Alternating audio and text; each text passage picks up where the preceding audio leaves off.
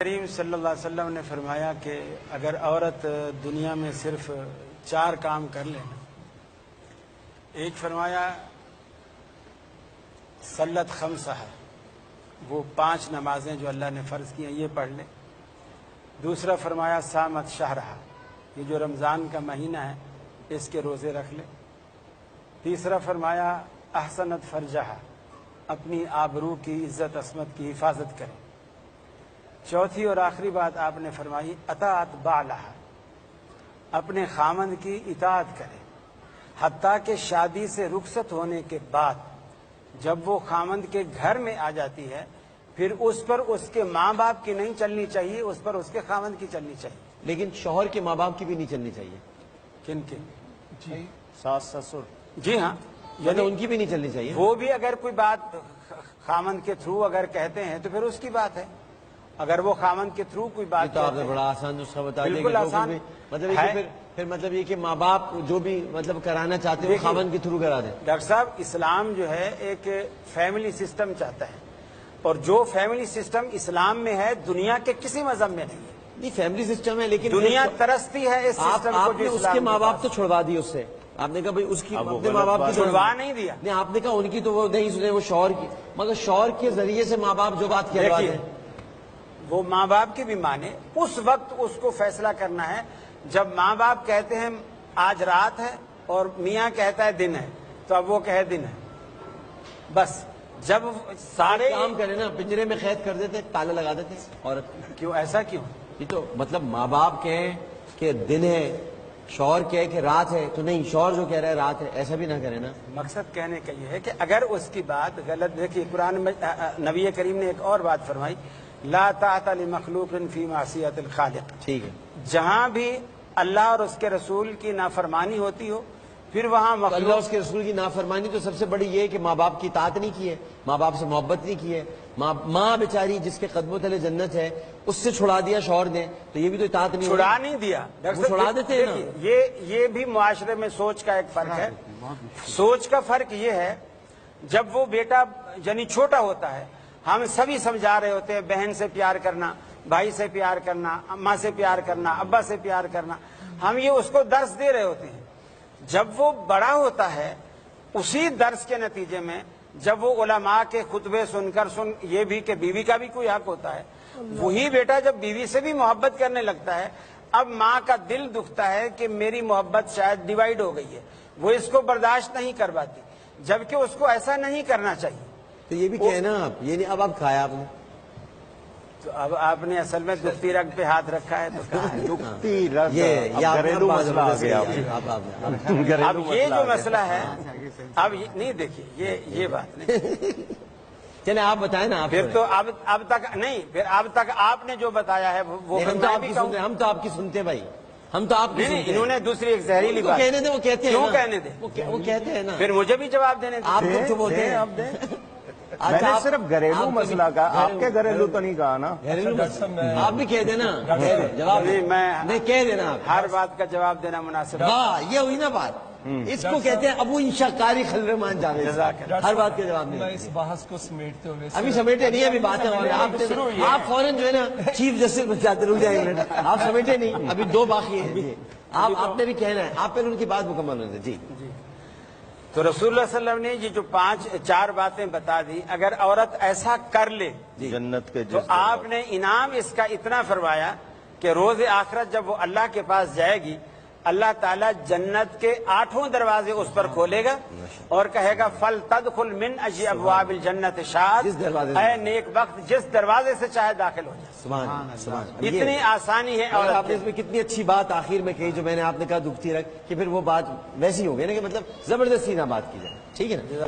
شرعی طور پر یہ بات بالکل ہم ان کو ایگری کرتے ہیں، اور اس کو ہمیں بتلانا چاہیے، عورت کی ذمہ داری نہیں ہے کہ وہ اپنے شوہر کے بچے پالے، عورت کی شرعی ذمہ داری نہیں ہے کہ وہ اس کے کپڑے دھوئے اور اس کے گھر کے سارے کام کاج کرے، یہ اس کی اخلاقی ذمہ داری ہے۔ میں میسوی صاحب کی ایک بات سے اختلاف کروں گا کہ انہوں نے یہ کہا کہ اپنے بچے کے حوالے سے اگر وہ دودھ پلائے گی تو اس سے اجرت لے سکتی ہے۔ ہمارے فقہ حنفی کے نزدیک اپنے بچے کو دودھ پلانے کے وہ اجرت نہیں لے سکتی اپنے بچے کا. ہاں یہ کر سکتی ہے کہ وہ کہے کہ میں دودھ نہیں پلاؤں گی اور شوہر جو ہے نا وہ پیسے دے کر کسی اور عورت سے دودھ پلائے. لیکن اگر وہ خود اپنے بچے کو دودھ پلا رہی ہے تو ہمارے فقہ حنفی کے نزدیک وہ اس سے اس کی اجرت نہیں لے سکتی. مفتی عابد مبارک صاحب تو حضور نے بات مکمل کر رہا تھا جی اچھا بات کہ اس دودھ کے مکمل ہو جائے. جی نہیں یہ کہاں ہے فقہ حنفی میں کہ اپنے بچے کے لیے نہیں لے سکتی؟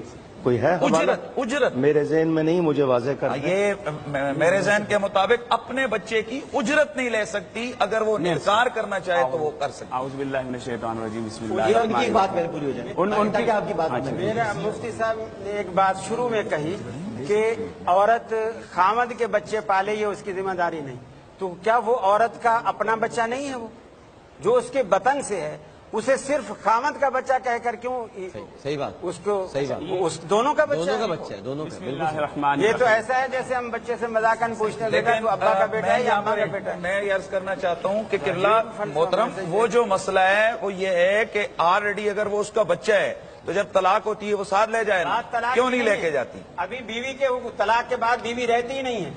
آپ بتا رہے ہیں بیوی کے حقوق، لیکن اور یہ اس میں آپ بچہ مسئلہ اس کے یہ بتا شوہر رہے ہیں، کا ہے. اس میں مسئلہ یہ بتا رہے ہیں کہ وہ اس پر ذمہ داری نہیں کہ خاوند کے بچے پالے. میں عرض کرتا 9 مہینے جس ماں نے پیٹ میں رکھا ہے میں نے شرعی ذمہ داری کا ہے محترم، شرعی ذمہ داری. قرآن نے ان مراحل کی تعریف کی ہے. اچھا ایک منٹ قاری صاحب میں عرض کرتا ہوں. بسم اللہ الرحمن میں جس کا بھی بچہ ہوں نا وہ عالم برزخ میں رہتا ہے.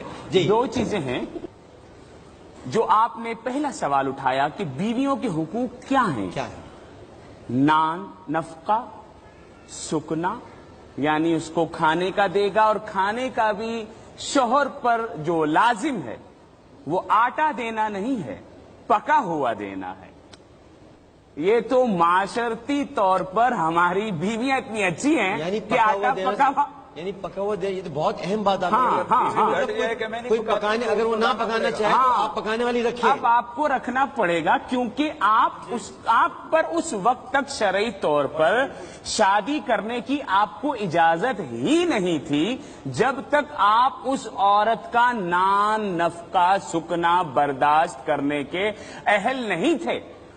اس لیے اس کو کھانا دے گا 3 ٹائم، یہ ہے نان، اور پکا ہوا دے گا، اور اس جی شام کی چائے بھی دے گا. جی شام کی چائے بھی دے گا، صبح کی چائے بھی دے گا. جو گھر میں پیتی تھی وہ اس کو پلائے گا، جس اسٹینڈرڈ سے وہ رہتی تھی وہ اس کو دے گا. ابھی ٹپال پیتی تھی ٹپال پلائے گا. لپٹن یہ شرعی طور پر یہ حکم ہے کہ وہ جس اسٹینڈرڈ سے رہتی تھی اب آپ اس کو اس گریڈ میں نہ لے آؤ کہ بیچاری جو ہے وہ سروائیو بھی نہ کر پائے. ٹپال اور اس کی بات نہیں ہے. بات سمجھ میں آ گئی. یہ ہم جب مدینے کے تاجدار صلی اللہ تعالی علیہ وسلم کے دربار میں جاتے ہیں، ان کے گھر کو دیکھتے ہیں تو ان کے مبارک گھر میں جو ان کی پیاری صاحبزادی ہیں سیدتنا فاطمہ الزہرا رضی اللہ تعالی عنہ جب مولا علی کرم اللہ تعالی وجہ الکریم کے نکاح میں جاتی ہیں تو اپنی گندم کو اپنی جو کو خود پیستی ہیں.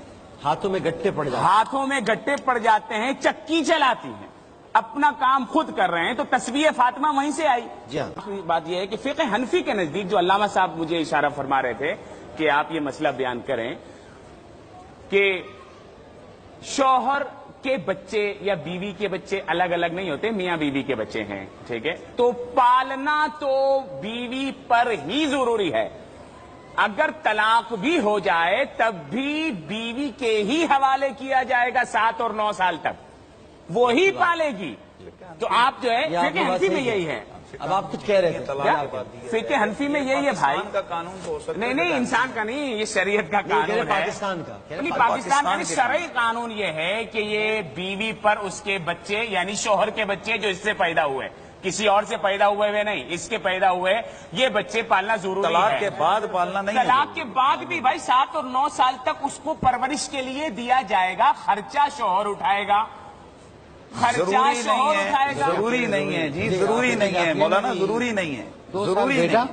آپ کچھ کہہ رہے ہیں تو پھر زاہد ملک صاحب آخری میں آخری فیصلہ سنائیں. 2 باتیں میں اور وہ اجرت نہیں جو کہا گیا اجرت نہیں لے سکتی، انہوں نے فرمایا مفتی صاحب نے، تو اجرت وہ لے سکتی ہے. فقہ جعفریہ میں جو ہے فقہ حنفی میں بھی یہی ہے. فہم عبارت میں کہیں مسئلہ ہو رہا ہے. میں 2 باتیں عرض کرنا چاہ رہا تھا. ایک تو یہ کہ عورت کو آٹا نہیں دو بلکہ پکا پکایا لا کے دو. پہلی بات تو یہ ہے کہ ہم بول چینل پر بیٹھ کر یہ مسئلہ بیان کر رہے ہیں، اس کا اثر بول چینل پر بھی آنا چاہیے، اور آج افطاری کے پیکٹ ہمارے بیگ میں ڈال کے ہمیں ہاتھ میں دینے چاہیے تاکہ مفتی صاحب کی بات کا اثر ہو اور ہم وہاں جا کے بولیں کہ جی یہ اس تقریر کا اثر ہے. ایک یہ بھی. دوسری بات یہ کہ نبی مکرم صلی اللہ علیہ وسلم کے زمانے میں جیسا کہ مفتیان کرام نے کئی مثالیں دی صلی اللہ علیہ وسلم کے دور مبارک کی، اور آخر میں حضرت فاطمہ الزہرا کی مثال بھی دی، اور وہ مثال بالکل اس کے خلاف جا رہی ہے. اس زمانے میں تو چکی تک وہ پیس رہی ہیں، آپ یہاں ہوٹل سے کھانا لا کے دینے کو فرض قرار دے رہے ہیں. اور دوسری بات تعلیفی قلب کے لیے کر رہے ہیں. دیکھیے نہیں، انہوں نے بتا دیا کہ وہ معاشرتی اور اخلاقی بتایا ہے. پہلے وہ ڈبہ میں دے دوں گا نا، آپ لے جائیے گا. ڈاکٹر صاحب 2 دے دیجیے. ڈاکٹر صاحب بات یہ ہے، جزاک اللہ کی سفارش کا، بات یہ ہے کہ معاشرے کی گاڑی، میاں بیوی کی گاڑی کچھ لو اور کچھ دو کے اصول پر چلتی ہے. ٹھیک ہے، بالکل یہ ون وے نہیں چلتا ہے. صحیح ہے. اگر بیوی یہ سمجھے کہ بس میرے ماں باپ والے ناز یہیں ہوتے رہیں گے اور مجھے کرنا کچھ نہیں ہے، سر پہ پٹی باندھوں اور بولوں سر میں درد ہے، اور وہ لیٹ جائے اور ساس بولے کہ یہاں ٹھیک ہے بٹیا کے سر میں درد ہے، ایسا نہیں. آپ کے پاس 2 منٹ ہے، یہ کچھ لو اور 2 پر گاڑی چلے. 2 منٹ میں نہیں تو یہ ہماری باری آتی ہے تو منٹ شروع ہو جاتے ہیں. یہ کیا چکر ہے؟ ان کے آپ کو نہیں کہا بھائی، آپ کو نہیں کہا. ڈاکٹر صاحب میں عرض کرتا ہوں، لیکن میں ویسے مفتی عابد مبارک صاحب کی باتوں سے بڑا متاثر ہوں اور آپ کی باتوں سے بہت متاثر ہوں. وہ خاص طور پہ آپ نے جب یہ کہا نا کہ بچہ کس کا ہے، جو پوچھا جاتا ہے کہ تم کس کے بیٹے ہو، امی کے ہو کہ ابو کے ہو. اور ڈاکٹر صاحب آج کل کورس بھی کرائے جاتے ہیں حقوق زوجین. لیکن مفتی حنیف قریشی صاحب نے بھی ایک بات زبردست کہی ہے کہ نہیں ایسا نہیں ہے کہ طلاق کے بعد، یہ تو بھی بات ہونی چاہیے. اس پہ ایک پڑھ لیتے نا، آج پڑھ لیتے، کل کر لیں. پڑھ لیتے طلاق کے بعد حق نہیں اور ہے. آپ پھر اس کے بعد آپ نے فائنل ورڈکٹ دینا ہے، دونوں پڑھ کے آئیں گے.